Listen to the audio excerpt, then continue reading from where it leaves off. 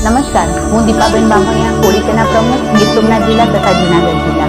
આપ સહુ ઉનાવાસી અને ઉના તાલુકાના લોકોને આપ સહુને હું દિવાળીની શુભકામના અને નવા વર્ષની શુભેચ્છાઓ પાઠવું છું.